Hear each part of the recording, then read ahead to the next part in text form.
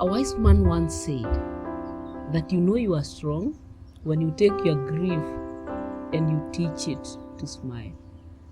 This is Tell the Tale with Nyambura.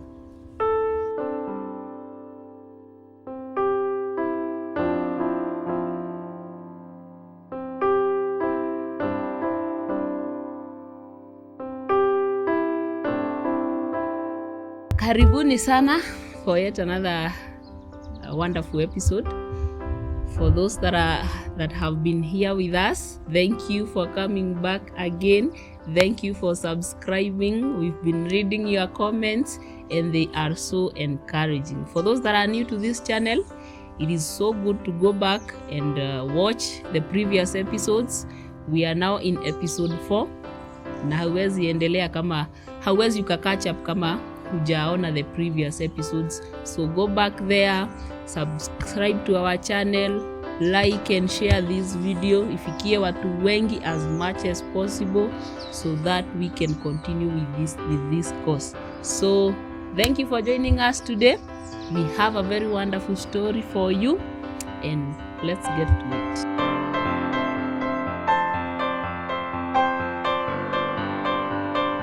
Today I want to remember someone who was so paramount in my life.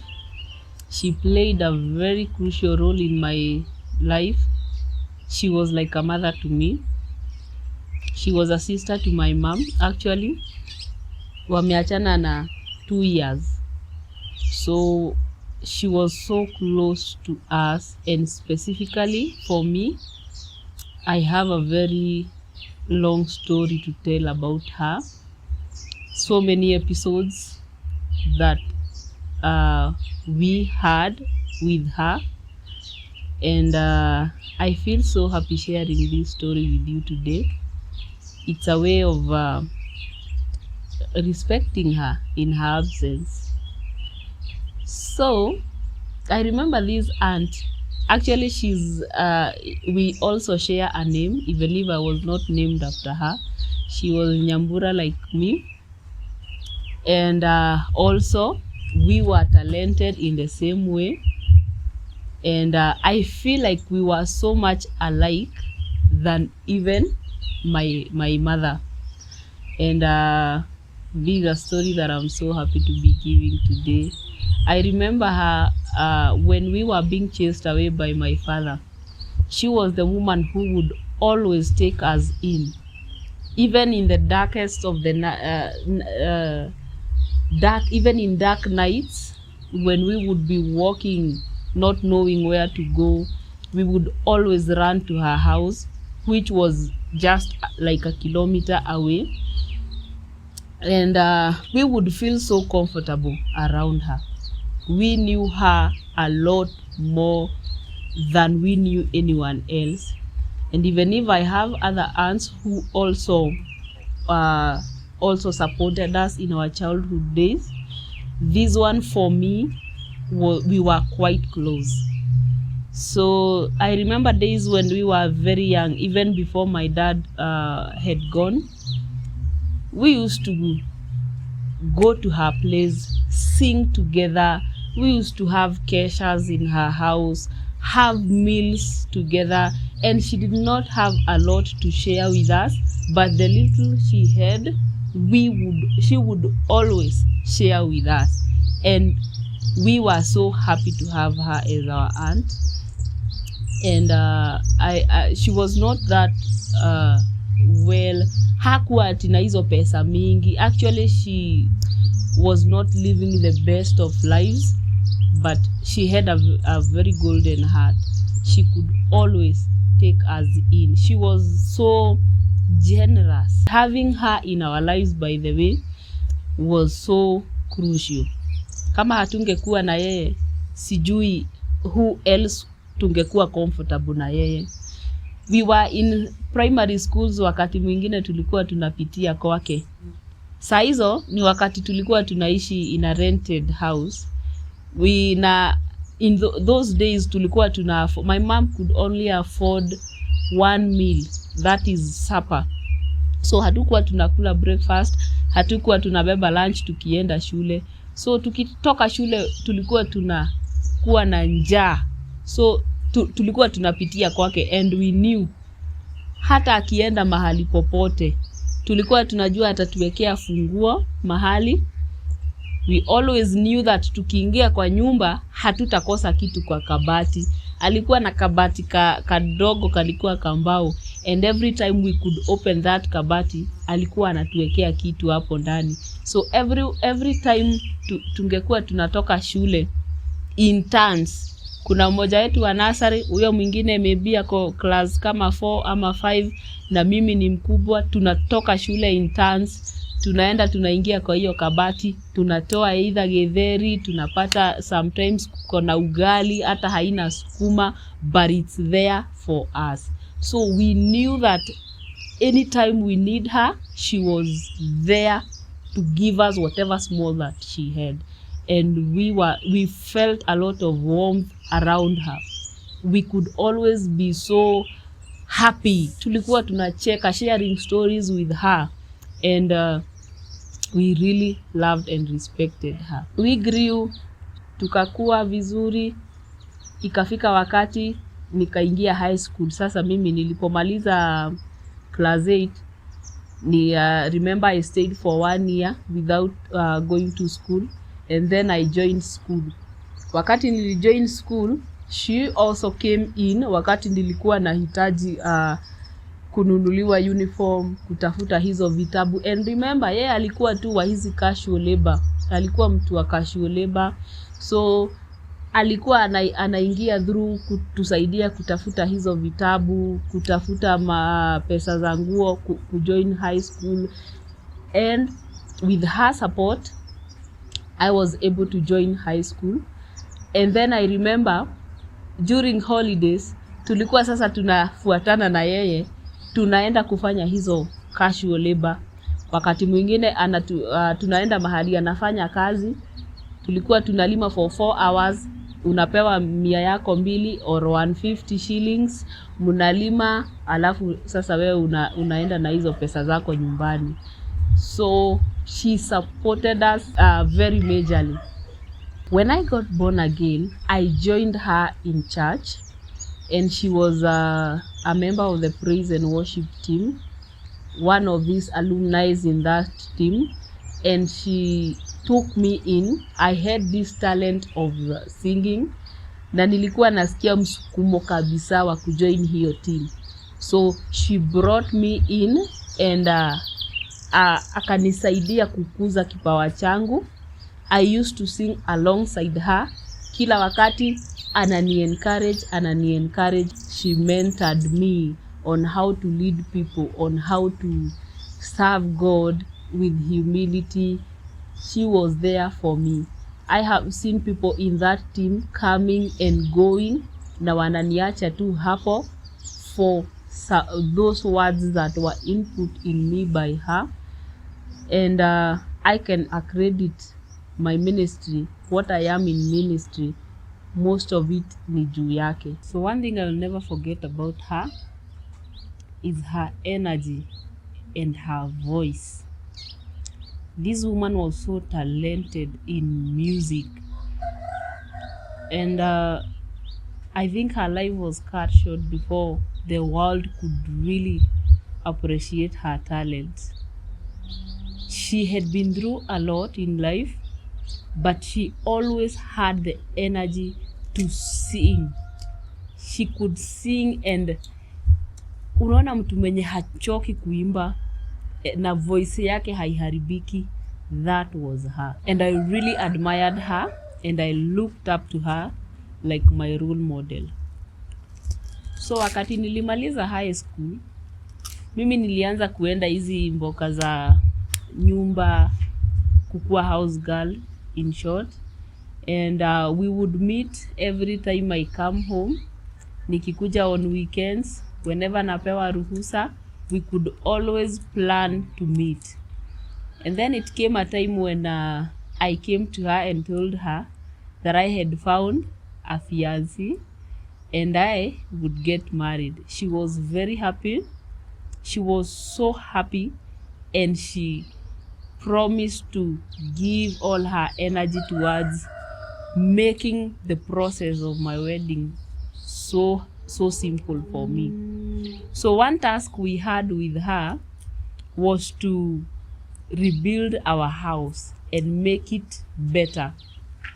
It was kumbuka ile nyumba yenye tulikuwa tumejengewa wakati tulirudi nyumbani. It was just a small house.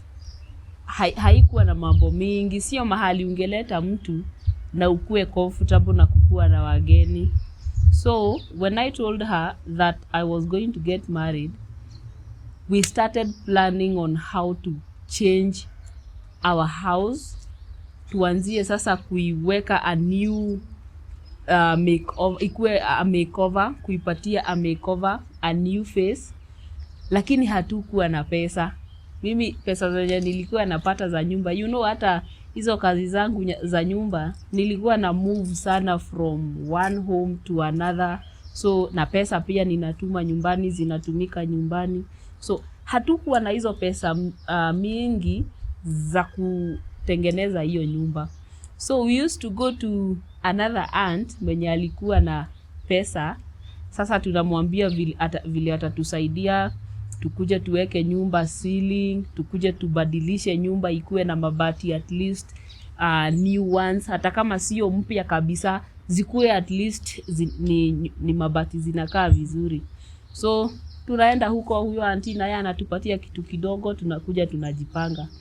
So we were in that process. So then tulikuwa tena na ministry na yeye. Wakati anaenda ministry, tunaenda na yeye. Kanisani bado tunaonana huko. So we had a lot that tulikuwa tunapanga pamoja. So it came a time when nilikuwa kazi mahali. I remember I was in Ngong, and then I was called by one of our family members. Akaniambia my grandmother had passed on. So when my grandmother passed on, I had to ask for a leave. Nikaomba leave kutoka kazi sasa ndio tukuje tushughulike mambo ya mazishi na nini. Kuna hizi chama zinakuanga kwa vijiji where women meet at a particular day, wanachanga pesa, wananunua vyombo, wengine wanafanya tumiradi such that when one of them has a need, ama wakati mmefiwa, these women now will come to your home, wanafanya mambo zote, wanapika, all the things that will be done in that home wanafanya, and at some point wanachanga pesa kwa sababu ya matanga. So my grandmother had been a member of this chama. So when she fell sick, aka vacate kutoka sasa Ushago, akaenda kuishi kwa wasichana wake Nairobi, and she was quite sick for a long time. I think for 2 years she had been sick. So when she passed on, by the moment alikuwa uko Nairobi, hakuweza kuwa na attend hizi chama ama kucontribute the money. So when she passed on, these women wakagoma, wakasema since she was not the member of our group till the time of her demise, hawange kuja kufanya kazi nyumbani. So hivyo ndio ilikuwa. So it was quite difficult for us kufanya kazi kwa matanga, and now we are the family members. So our auntie came and she talked. It was on a Saturday. I remember it was on a Saturday. She came to our home and she talked to those women. Aliwaongelesha for a very long time. And before she left that place, hao wanawake walikuwa wamekubali kufanya kazi huko kwa chosho. Walikuwa wamekubali kucontribute pesa, hata vyombo kuleta. She prayed with them and she left. Little did we know that was the last time tulikuwa tunamuona, because the following morning, it was a very fateful day for us.